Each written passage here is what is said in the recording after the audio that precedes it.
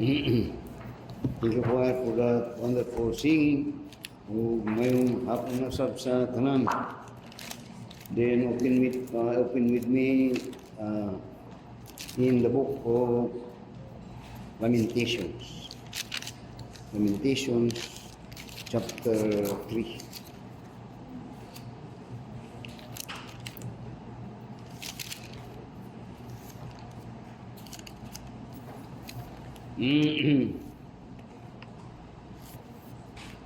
Lamentation chapter 3. The book of Lamentation, the word lamentation simply means, ang term niya sa liken sa Bible is just like funeral dirge. Ang pasabot lamentation pagbakho, kanang gabakho nga sama sa katong namatyan. Kung nakakita mo ka ng namatyan, dayon mahal kayo nila ang himpano, muna ang word nga lamentation kanang bakho tungod sa pasakit o sa pasakit tungod sa kawadon o kawadan. So munang word lamentation simply means. There is a chapter 3. Now you will find in this book of Lamentation, diri gi-express ni Jeremiah ang iyang kasub-anan mahitungod sa Israel. Dinhi sa this particular book covers 5 chapters. Pero dinhi sa midst niya sa chapter 3, dunay usa ka butang nga iyang gihisgutan diri. O kini mahitungod sa his lamenting of what will happen and had happened to Israel. Biro diri sa chapter 3, iyang gihatag diri, iyang ipahilod-mirod diri, na bisan pag-inganan nahitabo, dili siya nabilin nga he did not remain to be hopeless, but rather he still very hopeful. Muna itong message, hope for the hopeless. Hope for the hopeless. Sometimes, kung nag-aabot ta og mga crisis, para sa ani nga panahon na pud karon. Imagine that, kanang gira nga nagahitabo diha sa kasamok diha sa Middle East. As I have said last Sunday, I think, that it will affect, nag-epekto na sa atwa. Then I said, economically, o muna ron ang nagahitabo karon. Dili na nga para pisyater, pero normal na nga nagahitabo. Particularly kay kita as a nation is very dependent of our resources on energy, particularly kining oil. O muna karon nagkadoon na tawag ani panic buying. Paghapon nga paguli namo nga dili wala kayo nagkapalit og gasolina nang dapitan na atong gagahapon perting daghana. Unya dito ko one time dito ko nagpagasolina katong barato ito na nagpagasolina dito nga tanker. Dugay kayo na human. And you know what is happening. And not only that, but oftentimes we put into a situation nga dunay crisis sa atong kinabuhi nga mawad-an usay ta og paglaom. Ug kasagaran kung mawad-an tag paglaom mo ni atong ginasulti. Lord, kuha na lang taon ko. Wala ba mo ana? Nga kung nga anak mo napitan nga dunay murag hopeless ka na, wala na kay kagunitan, then you will come to a point nga unsay kapuslanan na ani nganong pamuna ako diri din nganong ingani man ni. Then Lord, papahulayan ako, kuhaan ako na yung mga ingana. But, therefore, a Christian, do you know that there is a time that God had set upon us? Do we have a time that God set upon us that we will waon sa Ginoo? Pero sa wala panahon, moabot gyud ta og daghang mga katawag ng mga crisis sa kinabuhi. Pero for a Christian, there is always hope. Bisan og dulom nga kasadulom kayo, kung doon na kay paglaom, tao doon ay paglaom, kay balugyod siya nga human aning kangit-ngit, nga luyo ana doon ay kahayag. Di siya mawadaan og paglaom. Di siya ma-discourage. Na may discouragement, pero kanunay nga katong discouragement, nagilapog lang ko tungod ni ining paglaom. So kana atong tanawon karon nga kahaponon. Now, we will find in diretso tanaw sa verse 14. in verse, tanaw sa verse 14. Muni ang testimony ni Jeremiah as he ministered to these people. Ang kining hitabo ni Jeremiah as a prophet, kuan ni siya, kung imong tanaw ni, he had all the reason to be hopeless. And in fact, na panahon nga, Lord, iyang gibasol gino, nganong imo manggid kung gibutang ani ang sitwasyon. Kaya nga mo, ni ang gisulti sa verse 14, ngunya, I was in derision to all my people, under song all the day. The word derision diri, ginakatawan siya sa Ginoo. Ang iyang but pasap ning derision diri, ginayaga-yagaan siya sa Ginoo. Unya, si Jeremiah, he's speaking about hope for Israel. Ang hope sa Israel, nga mamalik sila sa Ginoo. Pero alang sa mga Israel nun, wala, there's no hope for God. Kaya ang ilang nahimong, ilang ginatanaw nga paglaog diri, dili itong gahom sa Ginoo, kundi dili itong gahom sa tao. Nga ilang ginatanaw karon at this time ang Egypt. Nga diin dito sila musangko para mangayog panabang, para makaaway sila ning umaabot nilang nga kaaway ang mga Assyrian and the Babylonian Empire. Now, in Jeremiah, kung tanong dito sa Jeremiah chapter 20, while Jeremiah was ministering, giving hope to these people, there come a time na siya mismo nawad-an pud ani ning kwan siya ba? Tanong sa Jeremiah chapter 20. Notice in verse 7 din to verse 8. He is speaking for in the behalf of God, giving the way for to escape from the wrath of God through the coming invasion of the Assyrian and Babylonian Empire. But despite that, no one listened, no one heard. Ang but pasabot na imong way pulos ang iyang ang mga pulong nga gihatag sa Ginoo nga iyang ginahatag ning namutuhanan. And in fact, ang iyang pagwari o magpagtudlo ingon niya na imong yaga-yagaon. O gani ang akong kinabuhi nakataya kay gusto na lang pud nila nga siya pagapatyon. So tanaw sa verse 7 at this time. Jeremiah chapter 20 verse 7 niya. O Lord, thou hast deceived me, and I was deceived. Thou art stronger than I, and hast prevailed. I am in derision daily, everyone mocked me. Adlaw-adlaw, ila kong ginakatawan. Adlaw-adlaw, ila kong ginayaga-yagaan. Then notice the word, they mock me. Now, supposed to be, as a prophet, dapat kung tanawon, respetado ni siya. Kaya he is speaking in the behalf of God. And in fact, he is a man of God. Nga dapat unta to makita ang pagtawag sa mga tao dinha sa Dios, pinaagi dinha sa tao sa Ginoo. Pero siya, niya, I am in derision daily. Ila kong ginakayagaan, ila kong ginakatawan. To the point that when they are doing it, actually, ang nadini sa sentimento ni Jeremiah, nga ang pulong dili ni akong pulong ni sa Ginoo alang sa inyo ha. O kining akong pagsulti diha kaninyo, wa nako pugni unsa gisulti sa Ginoo nako para sa inyo ha. Kay kini para sa inyong kayuhan. Para kini sa inyong kaluwasan. Then notice in verse 8 again niya. For since I speak niya, I cried out. I cried violence and spoil, because the word of the Lord was made a reproach unto me, an adoration, balik na po itong adoration daily. Then I said, I will not make mention of him, nor speak anymore in his name. But his word was in mine heart as a burning fire shut up in my bones. I was weary with forbearing, and I could not stay. Nga sa verse 9, iyang giniskutan diri, ang iyang sitwasyon din na nagbutang siya, I will not make mention of thy name. Di na kung pa, undang na kuha ng trabaho ani. Pero yung niya, pero yung pulong nasa kong kasing-kasing na nagasika-sika. Di mapugnan. Di mo po, kinahanglan nga ayagun ko nga ayagun ning i-voice out. Nga despite of his experience as being laughed off, pero ang iyang pulong sa Ginoo nagaprevail o nagamove siya nga musulti. o kini ang pagsulti, pagyagyag unsay maayo para sa iyong mga katawhan. Pagyagyag sa kamatuoran nga ang paglaom nila naalang gina sa Ginoo.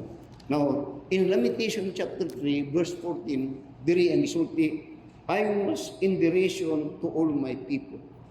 Bila kong giyaga-yagaan. That was, kung kana, very offensive and very makaluluoy ka sitwasyon. Then in verse 15 niya, He hath filled me with bitterness. He hath made me drunken with wormwood. He hath also broken my teeth with graveling stones. He hath covered me with ashes. And thou hast removed my soul far off from peace. I forgot prosperity. Diri ang ginaskutan ron, muna nga lamentation, kay diri ang ginaskutan ron, ang kasakitan na iyang giagi. Ngani, para masabtan ninyo.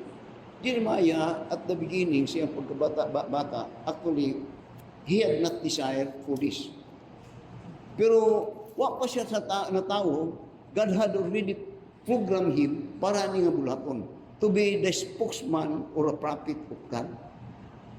But then, guwapon ta, kay, kung mong tanaw sa Jeremiah chapter 1, in Jeremiah chapter 1, when, just like Moses, Jeremiah, showed some resistance when God called him.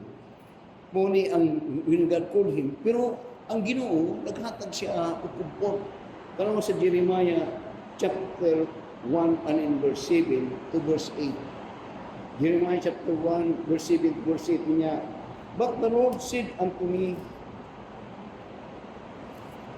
Jeremiah chapter 1, sa verse 6 niya, Then said I, Lord God, behold, I cannot speak, for I am a child. But the Lord said unto me, See not, I am a child, for thou shalt go to all that I shall send thee, and whatsoever I command thee, thou shalt speak. Be not afraid of their faces, for I am with thee to deliver thee, saith the Lord. Then the Lord put forth his hand and touched my mouth, and the Lord said unto me, Behold, I put my words in thy mouth. Now tanawa sa verse 17. Then in verse 17 niya, Thou therefore gird up thy loins and arise and speak unto them all that I command thee. Be not dismayed at their faces, lest I confound thee before them. For behold, I have made thee this day a defenced city, and an iron pillar, and brazen walls against the whole land, against the king of Judah, against the princes thereof, and against the people of the land. And they shall fight against thee, but they shall not prevail against thee, for I am with thee, saith the Lord, to deliver thee. Muna ang comfort sa Ginoo kang Jeremiah. But despite those comfort, di gud mapugnan nga mubati siya o kasakit. O karon iyang ginasulti katong word nga bitter. Mga kasakitan na iyang experience as he ministered to the Lord. Now, take note na si Jeremiah, he did this because he obeyed what God desired of him. He obeyed what God commanded of him. So at this point sa verse 15, sa Lamentation chapter 3, sa verse 15 down to verse 17, iyang gisguan diri not only the bitterness, but the discouragement of what he had experienced. Now, tanawa karon sa verse 18. Verse 18 niya, And I said, My strength and my hope is perished from the Lord. The hope of the hopeless. Biyan yun dili karon because of this experience na nawad-an yun ko og paglaom. Have you come to a point that ang kasulti nga what na good ni pag-asa? Now, very if you think deeper, when a person come to the point of being hopeless, that in that point makita nimo that ang kanang tao nagatubang na siya o very dangerous times of his life. Nga kung muna nga kasagaran dunay nagahikog. Doon na pa yung usahay nga nag-wild, nag-amok. Tungod kay kini mga hitabua, is because they lost hope. Wala na paglaom. When a person lost hope, then the reason is, unsa pa'y bili ning mo kinabuhi. Kangit-ngit ang iyang nakita. So, in verse 17, this great man of God expressed this. Ingon niya, and I said, my strength and my hope is perished from the road. Then remembering my affliction and my misery, the wormwood and the gall, kaning wormwood, mga kapaitan, kanang gall, abdo, mga kapaitan niya, my soul hath them still remembrance and is humbled in me. Now, ngunya hopeless ko. Kini makasakit ka kung naagihan, inya remembering my affliction and my misery, ug ang kapaitan niya, my soul had them still in remembrance and is humbled in me. Notice the word, and is humbled in me. Now, oftentimes kung nata sa crisis usahay, umubot time nga mo, what ang tagpagloon, usahay atong ginatanaw, kadtong puro negative ng mga sitwasyon na to. Pero diri, itong ginaiskutan. Pero later on yun na, kini mo'y nakapa-ubos ang kanong word nga humble. Nga, in effect, here he is now expressing that the experience nga i-experience, which is iyang nakita po na the experience sa mga katawang sa Ginoo, kini nga mga rason dapat nga magpaubos sila sa Ginoo. Mga rason ni nga nung giing-ani sila sa Ginoo, kay pamaagi ni sila sa Ginoo nga magpaubos, magpahiubsanon diha sa Ginoo. Ano man, tungod this kind of crisis that they have faced is the cause of their boastful or arrogance or because of their pride. Karon naghiskot siya og pagpaubos. In which kung mo tanaw ni kining pagpaubos niya, pag-accept niya, pagdawat niya ni kining mga butang nga ning abot sa iya. Not unless moabot ta sa realization usahay nga Lord, kung imo kong gipaabot na ni kay rason ni kung taon nagpaitas ko kay usahay ang pamagi magud sa Ginoo nga mapantunta iyang ibutang tag crisis nga ang pamaagi that we will humble ourselves din mutan-aw ta dito sa Ginoo. Amen. Nga ginabutang ta sa crisis usahay sa Ginoo, ang purpose is to discipline us. That as a result, mo paubos ta ug muhangad ta diha sa Ginoo. Now, tanaw karon sa verse 21. Sa verse 21 now, notice this word. Verse 21, ingon niya, this I recall to mind, therefore have I hope. Sa dihang nagpaubos siya, diyon niya, this I recall. The word recall simply means there is a self-examination sa iya. Kaugalingon. Iyang gina-analyze, iyang gina-assess, iyang kaugalingon. Then sa diyang iyan ang gina-analyze niya, this I recall to mind niya, therefore, doon ako'y paglaom. Ang iyang nakita niya paglaom, tud kay kining nagahitbo, actually diri, sa iya ko, na-appeal man siya ani, na kini correction ni sa Ginoo. The chastisement that God had na iyang gi-impose sa Israel actually is for correction. And the only way nga mubalik ang iyang paglaom mo kusubli sa Ginoo nga iyaning tan-awon nga makaayo ni para sa iya ug gani sa makatawhan nga gisultihan nga mismo makaayo ni sa ilahan. Because there is no chastisement that will destroy God's people. The chastisement is for betterment of people and an expression of God's care and love for His people. So, karon mo ni karon. Unya sa verse 22. Tawag sa verse 22. Unya, it is of the Lord's mercies. Dili karon, notice the word, by the way, recall. The word recall simply means to remember. To remember. Karon din niya, it is of the Lord's mercy that we are not consumed. It is of the Lord's mercy nga diri iyang nakita na karon. Kini tungod sa kaluoy sa Ginoo. that we are not consumed. Now he's referring here actually for those remnant that had accepted that the chastisement of God as for correction and for their good and as expression of God's love and mercy unto them. Muna nga na, therefore niya, it is good, it is of the Lord's mercy that we are not consumed. Din niya, because His compassion failed. Now, kung mong tanawin sa panahon kang Habakuk, kay kini si Jeremiah, kung imitan kang Habakuk, kawan-uban ni sila. In the time of Habakuk, when Habakuk prophesied, kagabhion na, nag-prophesy si Habakuk sa kagabhion, pagkaugma, hukon na, muatake na, o final attack ang mga Babylonians. Sadihan masan ba ko yun? Sadihan si Habakuk, kaya ni kayo makahibulong sa istorya sa Israel. Sadihan si Habakuk, was prophesying, iyang i-question ang Ginoo. Iyang i-question ang Ginoo na, Lord, murag wa na may hustisya. Tanawa ang imong mga tawhan. Why kahadlok sa imo? What they had did, they had corrupted everything. There is no justice. All are oppression.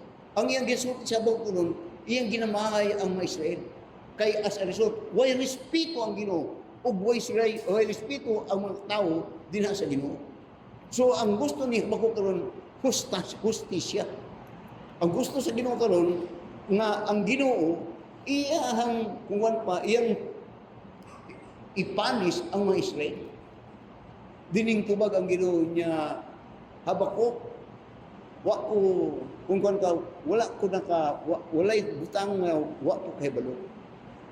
Pero kung sultihan ta kayo sa Habakuk, kung sultihan ta ka nga nag-prepare na ko og particularly og usa ka mga katawhan, particularly ang mga Babylon, to punish Israel. O kining mga Babylon, mga bangis ni sila. Tao ni nga walay Diyos. Sa diyang gisulti to ni sa Ginoo kang Habakuk, si Habakuk gisulti, unsa Lord? Imong panisuan ang imong tawhan, gamiton nimo ang mga nasyon nga walay Diyos. That the ungodly is use of God to punish the godly ang tawag. Nawingani. Unsa na po ninyo? Now, sometimes, pas aning naitabo nato karon sa ato ang panggobyerno, sometimes, kung mo tanaw ka, puros korap ka may, puros ani, mga idawtan. But, di makagod, nga di ba ang Ginoo nagabutang og kings sa mga nation, sa mga nagpunani? Nga nung ingani man? The answer is that God punish His own people by giving them wicked leader or wicked king. Muna yan sa Habakuk. Dito sa dihang gisulti ni sa Ginoo kang Habakuk, in the book of Habakuk, kanang obrihan yung mga Biblia sa Habakuk. Habakuk chapter, nadiri ang Habakuk. Habakuk is after Nahum, tabangan na, or after Sipanaya. Ang Malakay, Sipanaya, Habakuk.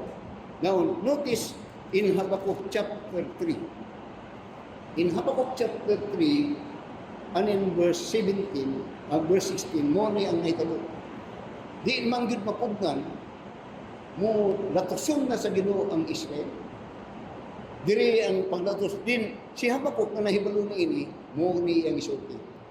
I'm giving this, kay mo relate man ni dito sa sa atong message, dito kang Jeremiah sa Ecclesiastes. In Habakuk chapter 3, verse 16, niya, when I heard, Habakuk chapter 3, verse 16 niya, when I heard, my belly trembled, my lips quivered at the voice, rottenness entered into my bones, and I trembled in myself, that I might rest in the day of trouble, when He cometh up unto the people, He will embed them with His troops. Diri karon si Habakuk nag-express nga, kurog yun ko. Pirting kurog yun ako. Sa dahil nagugod sa Ginoo, nagugod sa Ginoo, ang Israel, pinagi sa paggamit niya itong Babylonians nga walay Diyos. Bangis. Din yun ay tremble. Then in verse 17, sa verse 17 niya, although the fig tree shall not blossom, neither shall fruit be in the vines, the labor of the olive shall fail, and the field shall yield no meat, the flock shall be cut off from the fold, and there shall be no herb in the store. Di niya, yet I will rejoice in the Lord, I will joy in the Lord for my salvation. The Lord is my strength, and He will make my feet like things of feet, and He will make me to walk upon mine high places, to the chief singers on my strings instrument. Kung saan ibot pasabot nga diri, ning agi siya of discouragement. Nag-agi siya to be hopeless. But later on, when he was reminded of God, then he had hope na bisag wala na yung mga pagkaon, wala na tanan, pero niya, I will rejoice. He's speaking about hope, o ang niyang hope na dito sa Ginoo. Nga bisag wadon niya tanan sa Ginoo, ang Ginoo'y nagbuhat niya ni nagapon, mabuhi ang gihapon ko. Amen. Now, tanawa sa Lamentation Valley. Now, when Habakkuk speaking about this hope, he's speaking actually about the mercies of God.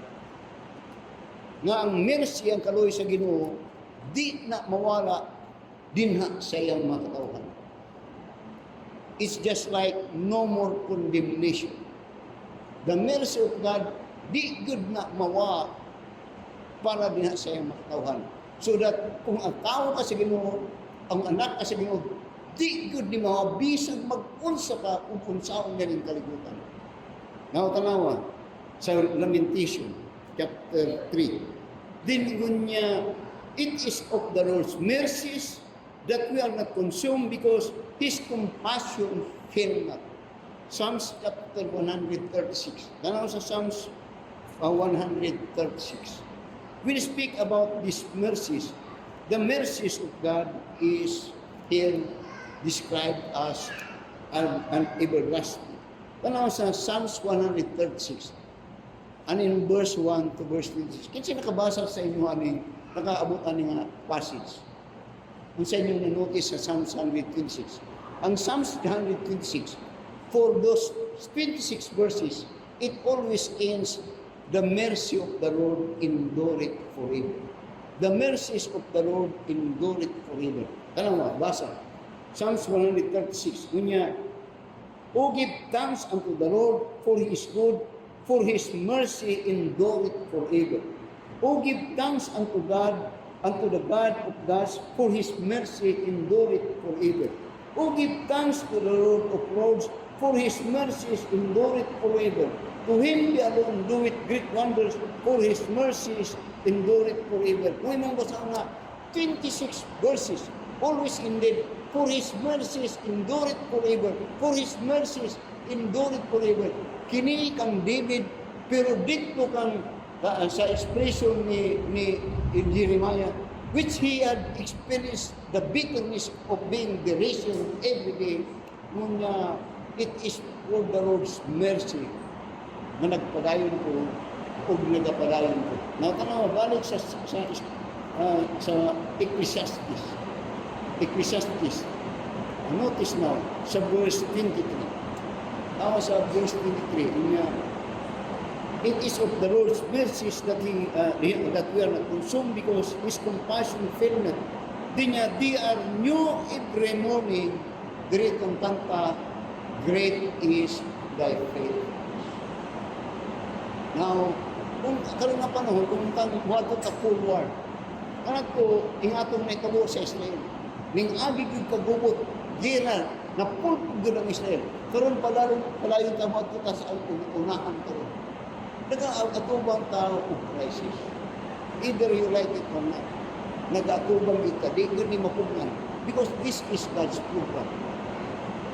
There will be troubles. There will be wars. There will be famine. There will be persecutions of Christians. Pero with this, ngunya si Jeremiah, ngunya, they are new every morning. Great is thy faithfulness. that God is faith, that the word God is faithfulness is that you could claim to His promises. Kabisag asa katanan because in understanding of His sovereignty, then you could claim His faith. Meaning to say, you could claim His faithful. You could claim His faithfulness. Then you could look back on His promises. Ang Ginoo, yun na siya saad. Ug kanunay kining saad, iyan yung sabihan niyan, iyan yung i-relate sa mga tao. When they are in crisis, He always say this, fear not, fear not, fear not, fear not, fear not. Di niya, I will be with thee, I will never leave thee, nor forsake thee. Fear not, I will never leave thee, nor forsake thee. I will be with thee. God, great is His faith, great is His mercy endureth forever. Di niya, great is His faith. Amen. Nakatanawa sa verse, have you experienced to be hopeless? Nahinumdum ko ba? Kanagtong ga-eskwela pa po, doon ay panahon, bisag high school, nagsugod ni nga panguna na ako kanagto, sanaan ako sa high school, ug bisag pa na ako sa college.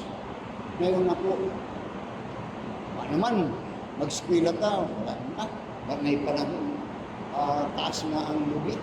Then, na'y panahon, gira naman, kanawang kalibutan. That was, I have that thinking in my high school days, college days. So that as a result, nga katong mindset na ko, dili ko nagapaningkam, kayo na wa man ni, wa may paglaod na. Dili ko nagapan, it is all by the grace of God, maning lusot ko ito. Then, pag college na ko, makatrabaho pa ba ko ani? Wa na may plan, wa na may. Then later, katong mga it was proven. Nabuhi man, nakatrabaho man, nakaposisyon man. Now I'm speaking, bisag karon sa inyong mga batan, mga kanunay na mga resulti. It is always my desire for gaani nga mga kanunay nga maklaim ning mga promises sa Ginoo sa atong kinabuhi. Because by the time na mahimo kang hopeless, then you will stop to striving for the best para sa iyong kinabuhi. So, si Jeremiah, diri nahagbong itong kanta nga, Great is thy faithfulness. Asa na nangabok ng Great is thy faithfulness nga kanta? O na din sa Lamentation chapter 23. O kini nga Great is thy faithfulness na pasundayan niya pulong in the time of crisis. In the time nga si mismo ang nagsurat, ning abot ang panahon nga he was hopeless. But when he recalled about God, when he recalled God's promises, then notice what had happened. Sa verse 24. Tapos sa verse 24 niya, the Lord is my portion, you said my soul niya, therefore will I hope in Him. Tapos sa verse 24 karon. Doon niya, the Lord is my portion, said my soul, therefore will I hope in Him. Notice the word, the Lord is my portion. Kaya, ang Diyos ang akong bahin. Now, if you recall this, so diyan ang Israel, by the leadership of Joshua, they conquered Canaan. And when they conquered Canaan, actually, it was in the time of Joshua nga gibahin-bahin ang Canaan. Usakan nasyon nito, tribo, way bahin, kadtong mga Levites. Yun sa Ginoo, way bahin ang Levites sa yuta nga iyong nangkod. Then yun sa Ginoo, ako ang iyang portion. I am their inheritance. So kung mong tanawang karon, kinsay daghag bahin, kadtong 11 o kadtong Levites, mga tao sa Ginoo. Kung mong tanawang, kinsay naghatag ngayon o pagkayutaan ang Ginoo. Pero niya ayaw hatagi ang bahin ang Levites. Kay ako ang ilang bahin. Karon, diri sa Lamentation, gugpon sa Ginoo ang Israel. Kung gusto niyo makita ang pagguba, nasa 2 Chronicles chapter 36, gubad yun. Kadtong naibahin, nangahurot. Pero kadtong waibahin, pero ang Ginoo yung portion, wa mahurot ang iyan. Kay naa dito sa Ginoo ang source. Muna nga tanong sa verse 24. I hope I'm speaking to you. Ngun sa verse 24 niya, the Lord is my portion, said my soul niya. Therefore, will I hope asa in Him. Ang akong paglaom na sa Ginoo. Now, it is blessed for man that his hope is in God. It is blessed for man na yung hope nasa Ginoo. Muna ngayon niya, the Lord is my strength. Dinuwan niya, the Lord is my refuge. Dinuwan niya, I rather to be with God than to trust in man. Then, tarang sa verse 25. Yun niya, the Lord is good unto them that wait for Him. Nga ingani. Hindi mo ang pinakalisod na portion sa Kristohanon as on the basis of claiming the promises of God. Ang pinakalisod is to wait. Diri nga dapit napalpak si Sarah. Ug diri nga dapit as si Abraham. God made a promise. But there come a time nga si Sarah nga wa na'y paglaom. Kay ikaw, Abraham, tigulang na. Ako, tigulang na. When Sarah made a disclosure about losing hope to the promises of God, is that because he's looking siyang kabuling. Nagatanaw siya siyang kapasidad. Si Sarah nagatanaw sa iyang kapasidad, kung iyang gitanaw ang kapabilidad ni Abraham. Dito nakahimo sila ni Mayo. And that is the cause of the trouble of the world. When Abraham responded to the pleading of Sarah for Hagar. And Hagar, Abraham, binanataw ang mga Muslim na tribo na Monica. Ngano to? Tungod kay dunay pagsahad ang Ginoo, pero ang problema karon kadtong pagbuhat. Wa makapaabot. Nawtanawa sa book of Isaiah. Isaiah chapter 40. Isaiah chapter 40, sama kang Jeremiah, si Isaiah nag-prophesy po sa impending coming of God's judgment for Israel. Pero din sa Isaiah chapter 40, muna iyang gihatag na consolation para sa mga Israel or hope. Tanawa sa verse 28 to verse 31. Isaiah chapter 40, verse 38 to verse 28 to verse 31. Unya, hast thou not known, hast thou not heard, that the everlasting God, the Lord, the Creator of the ends of the earth, fainteth not, neither is weary, there is no searching of His understanding. He giveth power to the faint, unto them that have no might, He increaseth strength. Even the youth shall faint and be weary, and the young man shall utterly fail. But they that wait upon the Lord shall renew their strength. They shall mount up with wings as eagle. They shall run and not be weary. They shall walk and faint not. Tanaw sa 31. Ngunya mga luya ang mga batanon, kusgan ka lumaluyan din, madiskalis di sila. Pero bisag, tigulang ka na, bisag ka situation ka, kadtong dunay paglaom nga nagahulat sa Ginoo, kadto ang ilang paghulat waiting for the promise of God as is of di ito maluya. Mo padayon yun to. Mo lang sa verse 31. Basahan na balik. Ngunya, but they that wait upon the Lord shall renew their strength. They shall mount up with wings as eagle. They shall run and not be weary. They shall walk and faint not. Hope of the hopeless. Sa Lamentation chapter 3. Notice in verse 25, then we will close in verse 26. Are you discouraged? You have dream. Doon na kayo mga ambition. Usahay, dugay lang. Usahay, unumumor, naging maabot. But God made a promise. Niya, I will bless them, and I will bless you, and I will bless them that blessed you. Then he said, I will not forsake thee. Then niya, be content. Then notice sa verse 25, the verse 26 now. When niya, it is good that a man should both hope and quietly wait for the salvation of the Lord. Now I'm old, 68 years old. I'm din tangkad na there come a time na I become kung pa a dreamer. Kanang word na dreamer, kanang pan ba? Doon ay purpose o doon ay gusto nga tinguhaan.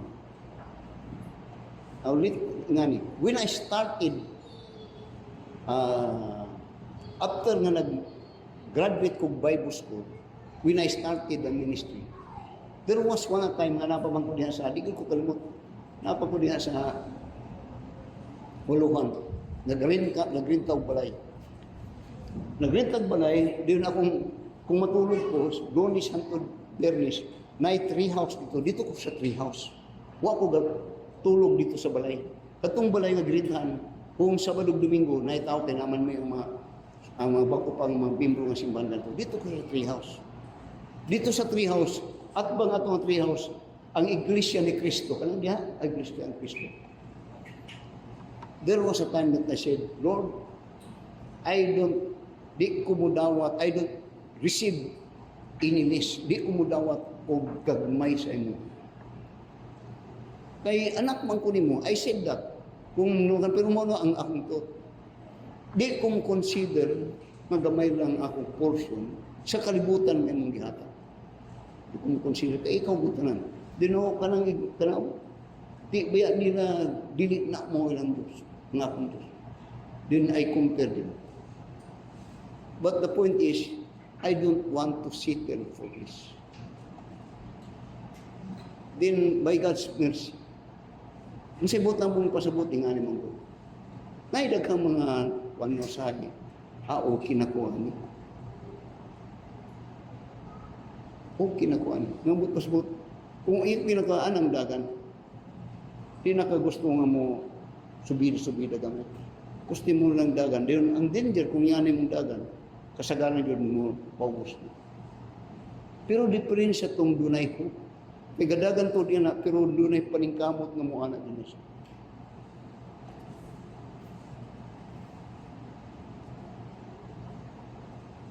What you are is actually because you have. And the good thing is, ang kwapo gud nga kanang ako iplastada nimo dinha sa Ginoo. Kanang ako iplastada nimo dinha sa Ginoo pinaagi sa pag-claim sa iyang saad. Kay dunay usa ka butang nga di mahimo sa Ginoo. Kanang di pagtuman siyang saad. Pastor nganong ingani man ko, walay problema ang Ginoo nga sa tuwang problema. Kaya ang Ginoo dili mamaka. Motuman din na siya sa. I said, I am old. Listen, I am old. Pero I am so contented in this life na gihatag sa Diyos ako. Spiritually, materially. I thank God. Even din sa simbahan. How I, by the grace of God. Pero it is one wisdom tanan sa Ginoo. Very contented ko sa Ginoo sa nilang simbahan ngayong gihatag. Tremendous blessing. And Pastor, what is that? Pero wala pag yun mahuman akong hope. I still hope for more bitterness din sa inyo. I said, don't allow yourself na mabutag panahon na okay na ko dali. Kaya nanong nga ni.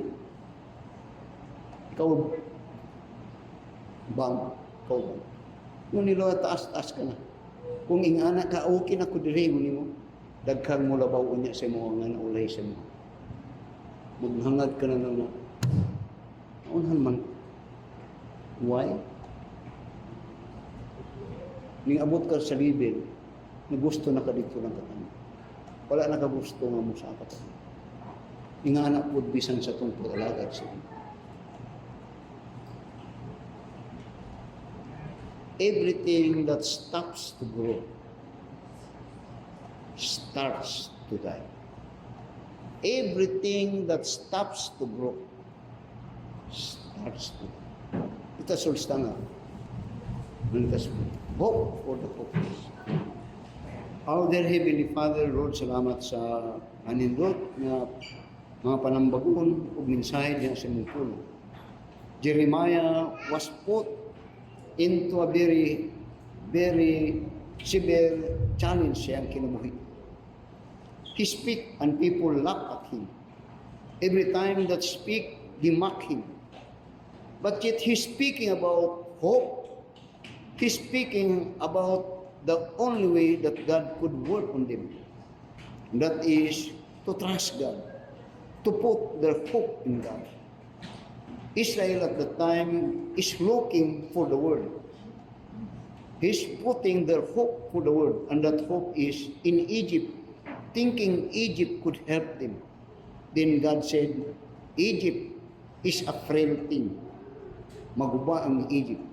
Tungod kay ang Egypt, ang gasustinar silang kusog, ang Ginoo. Then, later, when he wrote that particular book in Lamentation, then he remembered, he recalled. And when he come back to his senses, then he made this statement. It is of God's mercy that he will not consume. Then he says, God's mercy is great. His mercy endureth forever. Then he said, great is thy faithfulness. God is faithful. Help us to believe. Father, I pray in Jesus' name. Amen. I don't know, sa talalapit karon, pero there is a coming crisis in this world. And either you like it or not, more pick to give this out kanan. Some may come to a point to be hopeless, and when they come to a point to be hopeless, then they will not struggle to fight for that crisis. But bless God for those that had hope. And their hope is God and His faithfulness. My faith looks up to Thee, God, Lamb of Calvary, Savior divine. Now hear me while I pray. Take all my guilt away. Oh, let me while this day be holy, God.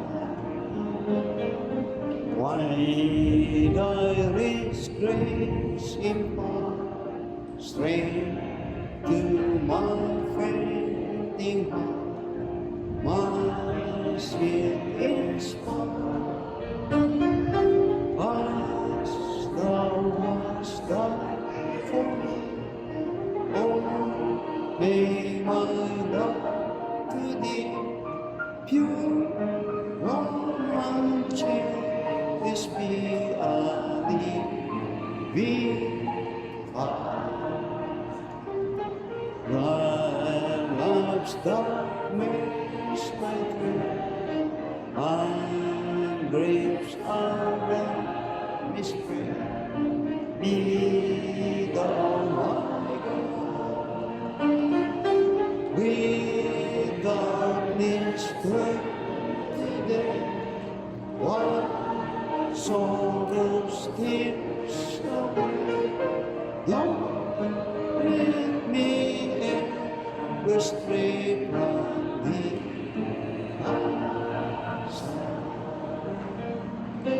When its life's trials and dream, when its cold soul is free, shall me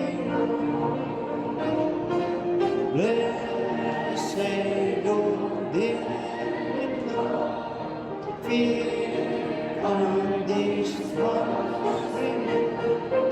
Oh, let me say,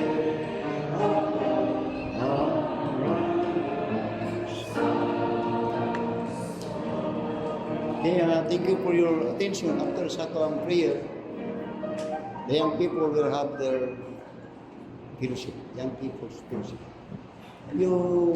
I always say this, nga di na tayo mga kaugaling-kaulingon ng mga fellowship, labi na sa young people, and so on and so forth. You join it. You participate. Dahil doon na yung mga mensahe na makatabang sino, pinagi sa mga speaker na ningagi sa pagkayang people. Ang mga speaker na ninyo nga mga kauban na ito, lain-lain na sila experience in their time when they were just like young people. Doon na sila ikasulti. Mga panambagon. Mga dagang mayang people na walay panambagon gikan sa punong sa Ginoo. Then kamo nga makristohanon na ay panambagon. Muna doon na tayo fellowship. Young fellowship. Not only that, because you are special, nag-contribute atong mga miyembro para lang po na doon ay sama anak nga nag-fellowship mo sa punong sa Ginoo, napag-yoy anyo mo. It's not personal. Okay, let's bow down his for prayer. Do not be indifferent. As a young people, remain to be humble. Di mo musulti nga, ingalan ako. Ayaw. To be indifferent simply means you do not care for what the church wants you to do. Okay, Our dear Heavenly Father, Lord, salamat sa manindot ng mga panambagon diyan sa mga puno. Every Sunday when we are gathered together. Mga puno na diyan naghatag og kabulusgan sa mga kalag o spirito. Nga naghatag og maayong mga panghuna-huna na among nabatunan pinagi sa mga puno na naghatag ka namong encouragement nga among hope nga kanunay diha kanin. Not on the things of the world, not even in man, but our greatest hope is in God, because God had promised and He will always be true to His promises. Dalaygon ikaw, O Diyos, sa angay ka na among simbahan, ug salamat sa tibok adlaw ng kanimbahon, padayon na ikaw magalihok sa imong magtawan, amahan ko. Panalangini, padayon sila, ampingi sila sa iyong mga trabaho, ampingi sila sa iyong mga negosyo, ampingi sila sa iyong mga biyahe kanunay din. Protect them, then this coming Sunday will be meeting once again to worship, to give our praises and thanksgiving unto Thee. Na kini nahatag, na kini nga butanga, na himo mapuslan kay ang kaalam sa Ginoo na naging sa mga katawhan sa Dios. Pinagi din sa iyong po. So dalaygon ka, ug among ibalik na kanimo, kanang kay mayan, ug kini among gipasalamatan, ug giampo, lamang sa ngalan ni Jesus, among manluluwas. Amen. Amen.